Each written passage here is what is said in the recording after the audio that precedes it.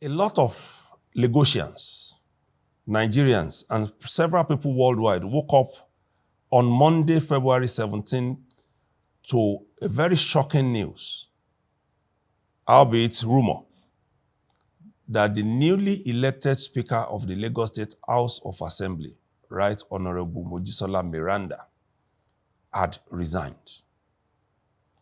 For those who are politically savvy, there was a need to check out that news, which became a rumor and which many later realized was flying the kite to test the water to see what was possible in the realm of politics in that assembly. Let me welcome you formally to another edition of Talking Politics with Dr. Oladipo. As you know, I'm the managing editor of the Eagle Online, an online newspaper that operates at www.theeagleonline.com.ng.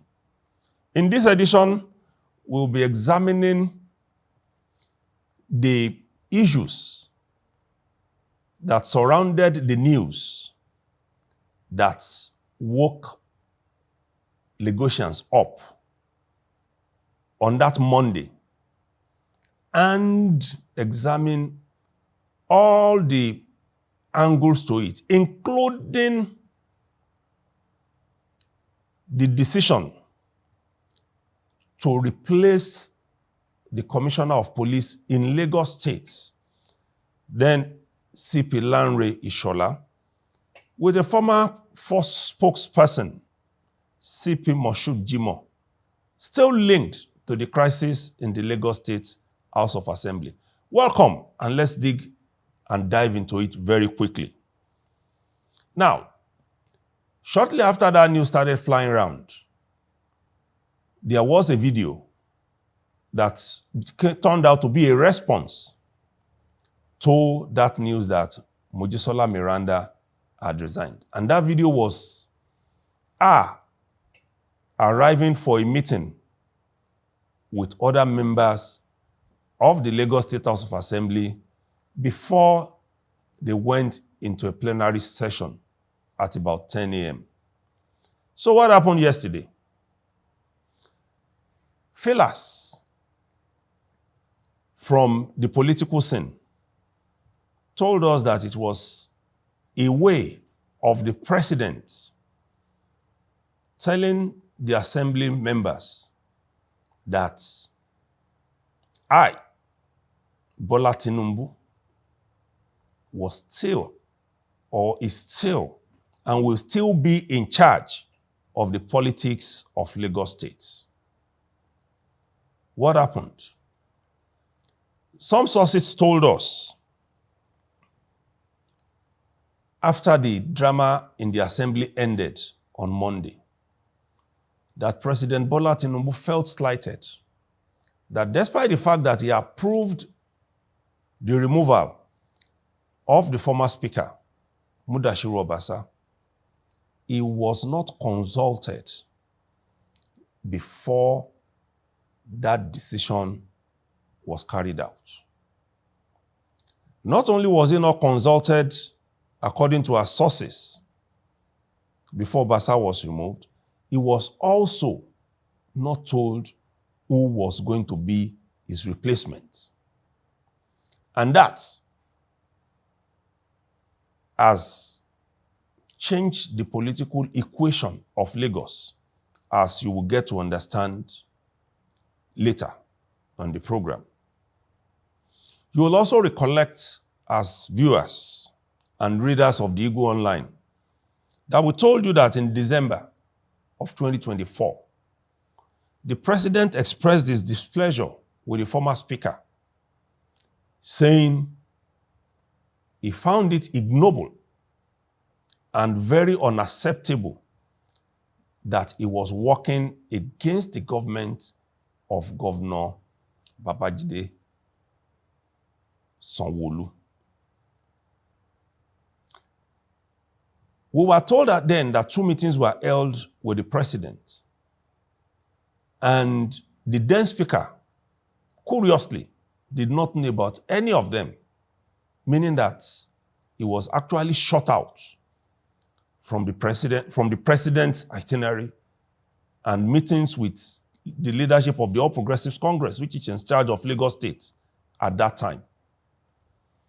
At one of those meetings, President Tinubu, as we reported earlier, was told about all the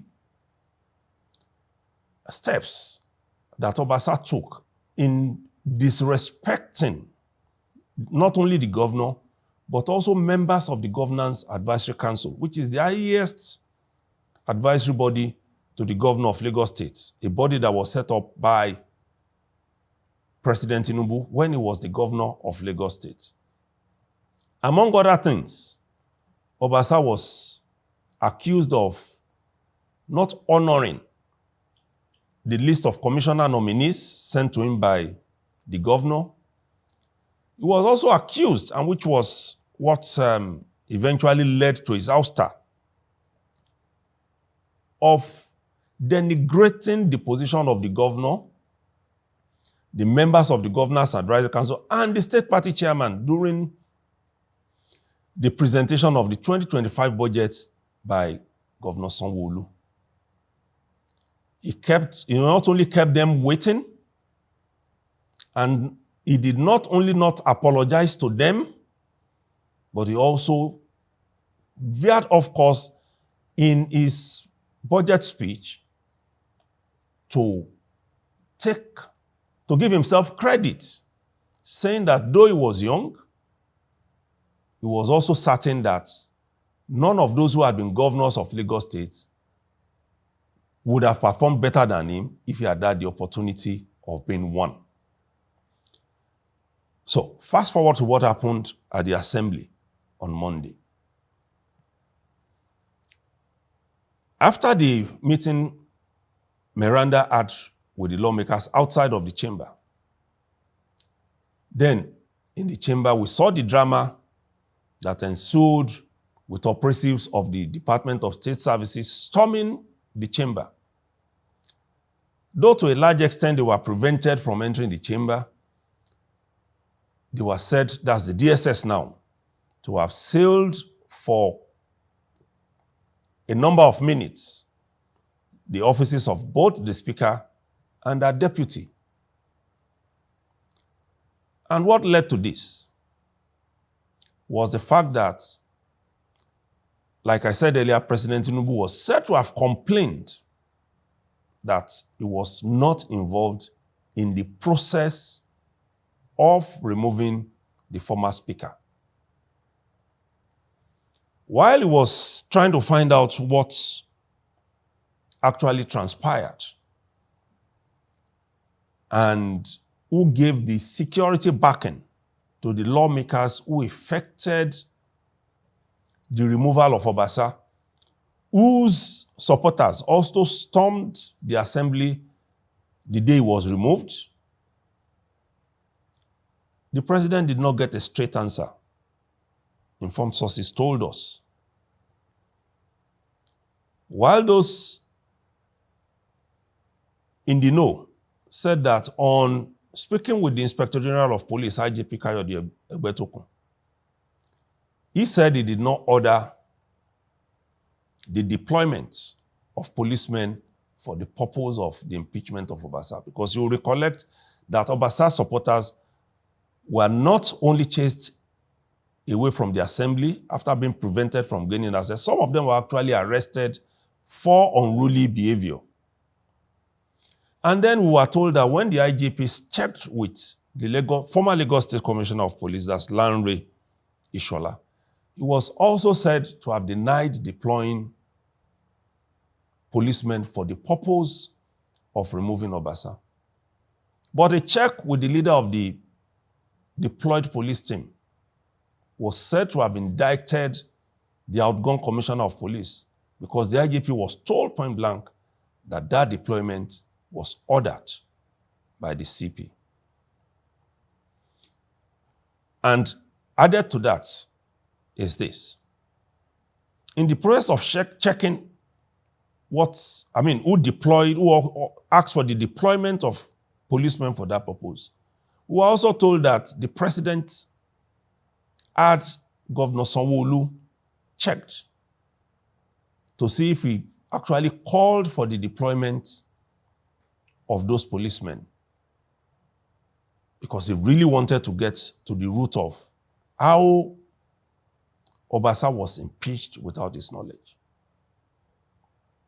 Sources told us that when the checks were made, the governor was absolved because, like we reported earlier, the governor was also at a function. In fact, we were told that he was at the State Executive Council meeting when the drama started happening, and he had to go and follow it live on television. So after all the checks were done,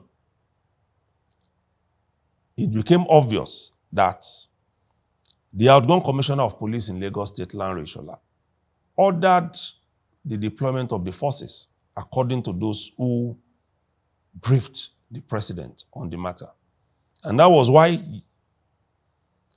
as the drama between the DSS and the lawmakers ensued in the chamber, in Abuja, a shakeup became imminent, and the Shola was removed for the former First Public Relations Officer, Moshood Jimoh, to take over as the Commissioner of Police in Lagos State. That was not all. In order to prove their innocence, we were also told the DSS had to make a move to show that they were not in support of or did not back the removal of Obasa and installation of Mojisola Miranda. And that was why a few days before the Monday drama, they invited some lawmakers for questioning to know how they arrived at the removal of Obasa and replacement with Miranda.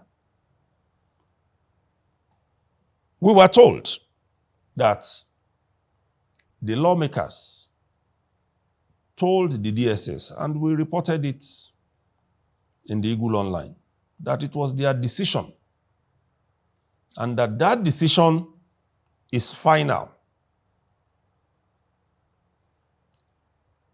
On why they chose Miranda, we were told that they told the security operatives that it was the easiest way out of the political drama playing out in Lagos State. Why? Because Miranda was, one, the deputy speaker, and two, it was, according to them, a time to prove to the world that Lagos could also have a female speaker. If you go back in time, you recollect and see that moves in the past by women to become the speaker in Lagos State failed. And so the lawmakers said it was now time to move on and have a female speaker. So did that go down well with President Bola Tinubu? No, we were told. And those in the know offered reasons for this. First was the fact that in the past, as leader of the party in Lagos State, and even under him as governor, a few things happened in the assembly without his knowledge. And perhaps the most striking of those things was the removal of some speakers in the past that he did not sanction and to which he was not privy. And the thinking, we were also told, is the fact that if he should allow this to slide, then it could become a very dangerous pattern that will show that it's losing grip on the politics of the state, even as the president of the country and leader of the ruling party in the states, that is the All Progressives Congress. So that's why he now said, okay, I approved the removal of Obasa, but I should at least have been consulted. And then number two, we were also told was the fact that the choice of Miranda was not so acceptable to the first family. Those who should know also told us that the First Lady, Senator Oluremi Tinubu, is not so friendly with the Elegushi family from where Miranda hails. How that plays out in the politics of the choice of the incumbent Elegushi of Lagos is still something that is puzzling. This is because President Bola Tinubu was a part of that process that led to the emergence of the new Oba. That is the family from where Miranda hails. So it's a bit tough aligning those two issues. The emergence of the king and the no love lost between that family and the First Lady. We are still looking at that and seeing how, and then trying to get more details to be able to give you more on that angle to the story. But then also, according to our sources, the president is also bothered that as it is now, the governor, Babajide Sanwo-Olu, is from Lagos Central Senatorial District, the same district as Mojisola Miranda, meaning that the political equation is no longer balanced. But the lawmakers are standing their grounds and saying the president should have an understanding that, contrary to the thoughts in the presidency, the removal of Obasa was not a coup against him, as some have described it, and that he should allow this system to stay in place so that they do not need to go over the replacement of Miranda in another few weeks after her appointment. While the governor is in the clear about how Miranda emerged, that he had no hand in it, there is still a need, according to what we were told, for the governor to now play his own part in resolving the crisis in the assembly to the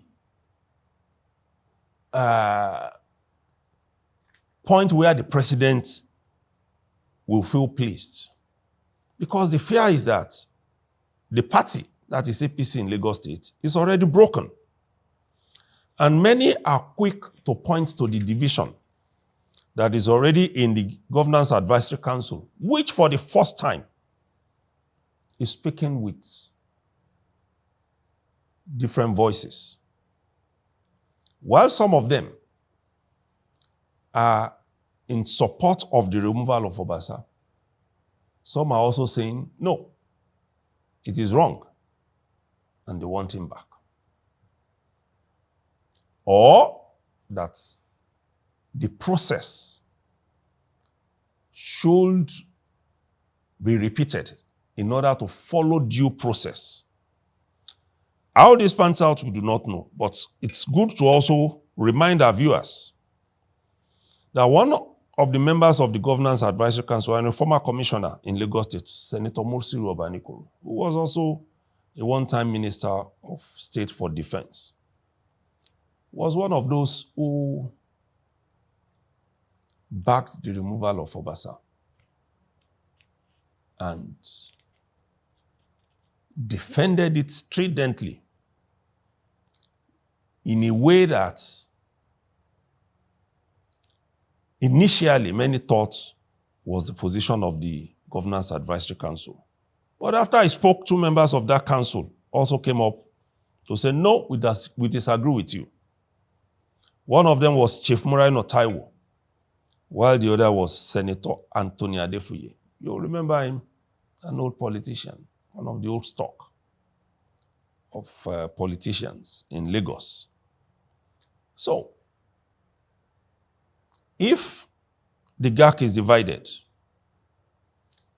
and it appears that the president is losing control of the party based on what has happened, without, not being consulted before Obasa was thrown out, what happens? Some are saying that the politics of 2027, in Lagos especially, will surely stand on the outcome of this saga in the House of Assembly. This is especially because Obasa still heads the team within the APC that they call the mandate. That's the platform on which all the elections of President Tinubu had been based. That how do you throw such a man under the bus without consequences in 2027? What happens? Many of us may not be able to, what will happen? Many of us may not be able to say.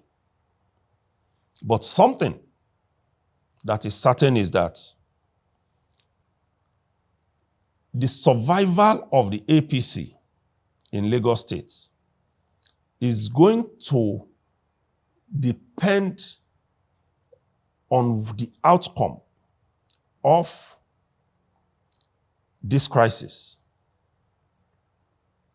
The lawmakers are defiant, because if you still go back and watch the video of what transpired yesterday, they were still saying they stand with the speaker, that is Mojisola Miranda, and they are not going to change their position, which they had been peddling, talking about stridently since she was appointed. And then there are those who still say Obasa is it. So if the lawmakers go their way, according to those who have been commenting on this development, it thus means the APC will be broken into 2 in Lagos State. How this turns out for the party, many can already imagine, especially when the outcome of the last general election, that is the 2023 election, is considered. Among the lawmakers in Lagos State, over 30 are saying they are with Miranda as speaker. So meaning only a few, maybe about 8 or so, are either undecided or on the side of Obasa. This is a big issue that will confront the APC in 2027. And like some said, it is just a matter of time before we see a splinter group emerge from the APC. And some are even going as far as saying that two groups will emerge from the APC. While one side will be those lawmakers and members of the Governor's Advisory Council who believe that their position is right, while the other group, some are saying, will be led by Obasa, who also has a sizable following. And the argument, positively on his side, is that having been in power for 9 years plus as Speaker of Assembly, Obasa has a huge war chest to prosecute any election, especially in his Agege constituency, where he is loved and he has a cult followership, those who some say can die for him. And this was evident on the day he was removed, and it was also very, very evident on February 17 when the DSS went into the assembly. A lot of his supporters were still around because they had thought that the speaker, that is Miranda, was actually going to be removed that day. How this turns out in 2027 is the picture we have painted for you. Whether the party survives or not, many have said, will be dependent on how President Bola Tinubu attends to this issue. Is he going to concede to the majority of the lawmakers? Is he going to backtrack on his decision to have Obasa impeached and get him reinstated? Is he going to insist that both the governor and the speaker can come from the same senatorial districts? So many questions, so many questions. But as you know, we will always be back to update you on whatever developments we have. But for now, let's leave you with that and wish all the actors in this drama well in the coming days. Don't forget, the Eagle Online works in collaboration with the Eagle Online Nigeria, a YouTube channel that is growing very fast and gaining traction. Don't forget to press the like button. Don't also forget to press the share button. And then if you have not subscribed, now is the time to do so. My name remains Dotun Oladipo, and I am the managing editor of the Eagle Online. See you in our next edition.